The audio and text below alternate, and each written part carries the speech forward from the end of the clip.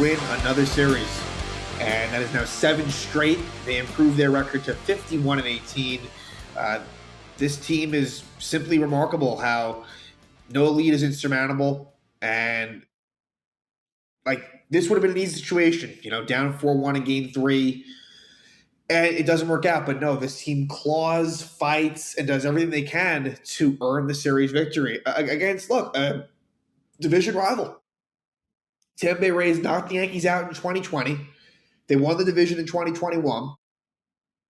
So say whatever you want, but that's good stuff. So the Yankees win at the Blue Jays 2 out of 3, and at the Rays 2 out of 3, and now they have a really big 4-game set home against the Houston Astros. That should be a pretty fun series with two teams that look like they might be the 2 best in the American League. I don't think it's a stretch to say that, as the Yankees, like I said, 51-18, and the Astros are 43-25. So I think that, yes, I would go as far as to say that these are the 2 best teams in the American League. And would it shock anyone if this is the ALCS? No, not at all. We've seen it before in 2017 and 2019. But for the Yankees, it was nice in game 1 that they were able to bounce back after a rough closeout to that Blue Jays series. And it was almost another heartbreaker. Garrett Cole was brilliant as he carried a no-hitter into the 8th inning, finished going 7 1/3, 1 hit, 1 run, 3 walks, and 12 strikeouts. So Cole, the good thing with him is that he's shown, there's been a couple of really bad outings. Detroit and Minnesota come to mind, but there's been a lot of really good ones. So Garrett Cole at this point, 103 strikeouts in 80 innings is fantastic. A 1.02 whip, a 3.14 ERA. Again, Cole, settling in as one of the better pitchers in baseball. And if you look at it, last year it was a lot of inconsistencies, whether it be because of the spider tack or whatever it might be. This year, it's been a little bit better, I would say, for Cole. A little bit more consistent. Obviously, there's the occasional big-time stinker, but he's really, out of his 14 starts, I'd say 11 or 12 of them have been really excellent. So Cole steps up for the Yanks, and on the mound for the Rays was Shane McClanahan. So these are 2 of the best pitchers in baseball. McClanahan was really good himself. Went 6 innings, 4 hits, 1 earned run, 1 walk, 8 strikeouts, and the 1 run was an Anthony Rizzo homer. Kiner Falefa, who I had said had a hamstring problem issue, I guess. He did not play the first 2 games of the series, but he would come back for game 3, so it seems like he's all right. And Joey Gallo versus the lefty was out for this one. Other than that, everything was basically as you'd expect. And like I said, Rizzo homers in the first inning, carrying over his brilliance from the series prior. Rizzo, his 19th home run of the season, gives the Yankees a 1-0 lead. And not only is Cole pitching a no-hitter through all of this, but the game is tight, really tight. And in the 7th inning, the Rays bring in Ryan Thompson. Gleyber Torres doubles, his 13th of the season. Good stuff by Gleyber. Then he steals 3rd during the Josh Donaldson at bat. So Gleyber, I like what I've seen from him overall. Just he's getting it done. But unfortunately, things got difficult. He's on 3rd. Donaldson strikes out looking. Hicks strikes out looking. But then Jose Trevino, and there's not enough good things I can say about this guy. One of my favorite things is that he doesn't strike out much. He puts the ball in play, and Trevino reaches on a missed catch by G-Man Choi. Brujan, the shortstop, threw it to Choi, and Choi just didn't catch it. I believe it was a missed scoop. Either way, Choi should have definitely caught the ball. And the Yankees, thanks to the Gleyber Torres steal of 3rd, and Trevino, making contact, it's a 2-0 Yankee lead. So we head to the 8th, and this is where, Cole runs out of gas. Paredes, who we'll talk about, Isak Paredes gets a leadoff single. Then Josh Lowe hits a really deep shot, fly ball out. But at that point, Cole is done. He had thrown a ton of pitches, and Clay Holmes comes on, which I have no problem with Clay Holmes coming on in the 8th inning. If they feel like that's the biggest spot, go for it. And Michael King, as it turned out, was unavailable. So I get it. But Clay Holmes, it wasn't really his fault, but the streak is over. Holmes, the scoreless streak ends, unfortunately, and he blows the save in the process. Francisco Mejia doubles down the line. And so that's one where you could kind of blame Holmes. The other two plays are just lucky. An RBI ground out by Yandy Diaz. Paredes scores Mejia to third. And then a lucky infield single by Manny Margot ends the streak at that point. The save is blown, and it's 2-2. But Holmes is able to navigate through and get it to the ninth, tied. And coming in for the Rays is Jason Adam, who pitched in all 3 games of the series, I might add, with 1 out, Josh Donaldson singles, and then Aaron Hicks, who has been better lately. I don't trust him, but he's been better lately. Gets a really clutch RBI triple. I will say this, what was annoying was he was admiring the ball, and he's lucky he ended up on third because Manny Margot really severely hurt his knee. He had to be carted off the field. He's going to be out for a while. So if Margot doesn't get hurt there, Hicks really, due to just admiring the ball, would have ended up on like second base at best. But it works out, and Hicks gets an RBI triple. Then Trevino doing his thing.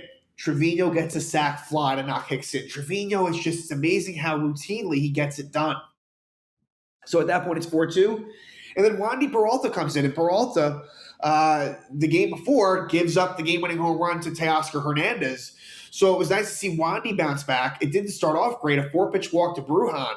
Then Harold Ramirez, as a pinch hitter, flies out. Paredes, this was frustrating. Paredes reaches on a fielder's choice where DJ LeMahieu, the third baseman, just made a bad throw. That was frustrating. LeMahieu, who's normally pretty dependable defensively, just makes a bad throw. And so it's first and second, 1 out. But then he strikes out Josh Lowe looking. And then Francisco Mejia flies out to Aaron Hicks. And the Yankees win a pretty exciting game 4-2 where Cole loses the no-hitter. And and the Rays tied up. And the Yankees come right back in the 9th inning thanks to a big Aaron Hicks triple to win the game. And so that was good stuff. Game 2. The Rays would win Game 2. And this would be Nestor Cortes. And Nestor lately, it's been a bit of a struggle. Mixed results, I'd say. But Nestor, only goes 4 1/3, gives up 3 home runs. I will say one of them to Harold Ramirez was like the biggest cheapy home run you'll ever see in your life.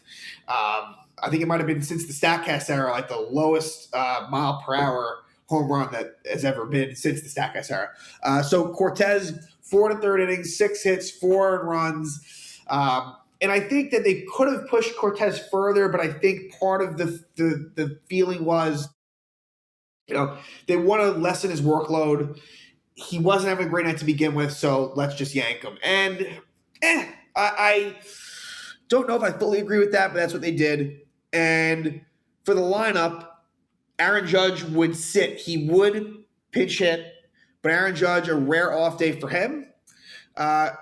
Gleyber Torres starts at short, which we don't see too often because Kiner-Falefa at this point was still out. So other than that, it's pretty much your standard lineup. But the Rays are able to win this game, and it was a bullpen game. Jalen Beeks, it was 7 pitchers strong. Beeks, Armstrong, Whistler, Thompson, Raley, Adam, and Poche. And in the first inning, right away off Cortes, it's back-to-back home runs. Paredes hits his first of 3 in this game, and actually first of 4 if you include the last game. Paredes homers, and then Harold Ramirez with a really unfortunate for the Yankees home run. It just 320 feet or something like that. 2-0 Rays. But the Yankees bounce right back in the second as after Joey Gallo strikes out looking on second and third, 1 out. Again, Gallo, you can't trust him. We know this. Short Armstrong replaces Beeks to face LeMahieu, and LeMahieu gets a big 2-run single to tie it up at 2 right there. Unfortunately, in the third, Cortes gives up another home run to Paredes to make it 3-2 Rays. Then in the 5th, he gets into some trouble, and because Paredes is coming up, they take him out, and Clark Schmidt does no better as Paredes hits his 3rd homer of the day, 8th homer of the season, makes it 5-2 Rays. But the Yankees would fight back a bit. And Clark Schmidt, obviously struggles giving up that homer to Paredes. Ron Marinaccio does a good job, pitches a scoreless 6th and 7th. So Marinaccio has been pretty good lately. And then Lucas Licky pitches a scoreless 8th. And the 9th inning, things get interesting. The lefty Colin Poche comes on for the Rays. It's a 4-pitch walk to Gleyber Torres. Aaron Hicks strikes out. Kyle Gashoka grounds out. And then Marwin Gonzalez surprisingly hits a 2-run homer to cut the lead to 5-4. And now here comes Aaron Judge pinch hitting for Joey Gallo. And he had really good numbers, Judge, off of Poche career-wise, which would come to fruition in Game 3. But in Game 2, first pitch Judge just barely gets under it. When he first hit it, there was a chance, but Arozarena catches it, and the Yankees fall just short. So even when the Yankees lose, they're right there. So the Yankees lose that one 5-4. And so now we head to Game 3. Game 3 would feature Jordan Montgomery versus young pitcher for the Rays, Shane Baz. And Baz was pretty good. He didn't go too deep, 4 2/3, but Baz held the Yankees in check except for a home run by Aaron Judge, but that happens. And Jordan Montgomery struggled. This was probably one of Montgomery's worst outings, but I'll give him credit. He ends up going 6 innings. So giving them that length helped the Yankees win this game, but he was not great. This had feels of the game the night before, but the Yankees win this one 5-4. They were able to just hang in there, make a lot of key defensive plays. The Rays messed up, base running. The Rays, they're not – I find this Tampa Bay Ray club, they're not as buttoned up as they've been. That was the good thing about them, is that all the little things they did right, not anymore with Tampa, and it's showing. So in the second inning, the Rays break open for 3 as Paredes homers again. So just insane at that point. And then a 2-run homer for Brujan gives the Rays a 3-0 lead. Then in the top of the 4th, Judge hits a home run. His 26th of the season, cuts it to 3-1 at that point. Then in the bottom of the 4th, leadoff double Mejia. Then a fly out by Josh Lowe, which moves Mejia over to 3rd. And then it would be an RBI ground out by Brujan. Falefa, he had to go to 1st, and so Mejia scores, and the Rays take a 4-1 lead. But the Yankees were able to kind of hang on, and a key to this was, same inning, bases loaded, 2 out, and it would be Jose Trevino picking off Taylor Walls at 3rd. And Montgomery could not find the strike zone. He had walked Yandy Diaz, 4-pitch walk to Harold Ramirez, 2 balls to Ji-Man Choi, and really bad base running by Taylor Walls. Really, honestly, a turning point in the game. If I'll go as far as to say that. The Yankees have a chance in the 5th but are unsuccessful. Bases loaded, 1 out. Aaron Judge, rare mistake, strikes out swinging on a bad pitch. It would have been ball 4 and a run would have scored. They bring on lefty Brooks Raley, so no win for Baz. And Raley comes on, and Rizzo lines out. Not Rizzo's fault. Right to Taylor Walls, and it's 4-2. So we go to the 6th. Calvin Fauché comes on. Leadoff walk to Stanton. Donaldson strikes out looking. Donaldson, I still want to see more from him. I do. Carpenter signals to make it 1st and 2nd. Falefa flies out, and then Trevino, this was lucky, but he does what he does, and that is make contact. So similar to the other night, Trevino reaches on a throwing error by Taylor Walls. And this was also a play where Choi maybe could have scooped it, didn't. And Stanton scores, and it's 4-2. Gallo then walks, so it's bases loaded. The Rays bring on Jason Adam, bases loaded spot, and LeMahieu pops out to Ji-Man Choi in foul territory. Montgomery goes 6 innings. In the top of the 7th, Poche, the matchup from the night before, this time it works for Judge. He does homer. Another homer for Judge, his 27th of the season. What he's doing is just ridiculous. And so that makes it 4-3. Just like that. Clarke Schmidt comes out of the 7th. And remember, he gave up a home run the night before. But give Clarke Schmidt credit that he was able to hold it down. And it didn't look good at first. Taylor Walls doubles. And then he's able to kind of, keep it where it needs to be. Yandy Diaz pops out. Harold Ramirez flies out. Walls moves to 3rd. He intentionally walks Ji-Man Choi. And then he strikes out Randy Arozarena. And that felt big at the time. Good job by Clarke Schmidt, who, unfortunately, Albert Abreu is actually back, which I'm pretty excited about. Abreu was traded to Texas in the Jose Trevino deal. And he was designated for assignment by Texas, designated for assignment by the Royals after they claimed him, and now the Yankees claimed him. So the Yankees have to make a roster move, and maybe it will be Clarke Schmidt, only because, unfortunately, he did pitch the last 2 nights, so I could see that. It's not fair, but it's the way it works. But I am excited to see Albert Abreu back. But in the 8th, Ralph Garza comes on for the Rays, and the Rays bullpen is really thin between injuries and just the overall workload. They didn't want to bring in Ralph Garza, and it hurt them. Leadoff walk, Falefa, and then the big hit of the game, a 2-run homer by Jose Trevino. Just amazing how he's come up in the clutch time and time again. It's his sixth homer of the year, gives the Yanks a 5-4 lead. And then Michael King, 1-2-3 eighth. Clay Holmes, 1-2-3 ninth. That's the formula. King and Holmes have just been so good. That's a really nice Yankee win where it could have gotten really bad at certain moments, but they just stuck with it and they battled their way back and they won. So they're 51-18. It is crazy that is a win percentage of 739. You just don't see stuff like that. So 4-game set and some interesting matchups pitching wise. Framber Valdez versus Jamison Tyone. That should be an excellent matchup, pretty even, quite frankly. Then it'll be Justin Verlander versus Luis Severino. That should be fun. I guess you give the edge there to Verlander, but certainly, Severino's been very good this season. Then game 3 is going to be Christian Javier versus Garrett Cole, another really good matchup there. Cole will be facing his former team. And then Jose Urquidy versus Nestor Cortez. So that one, I think I'd give the Yanks the edge there, but these games could go either way. So I guess 1 and 3 for me are kind of a toss based on the statistics. And then 2 edge Houston, game 4 edge Yankees.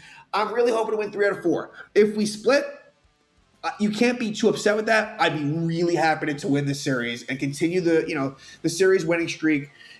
They will not. The Yankees have surprised me, but they will not win all 4 games. They just won't. The Astros are way too good. They just are. But let's see. I hope the Yankees can win 3 out of 4. That'd be awesome. And this is going to be one of the more interesting series of the season here in late June to see, what happens in a matchup between 2 of the best teams in the American League. And they'll face off at Yankee Stadium.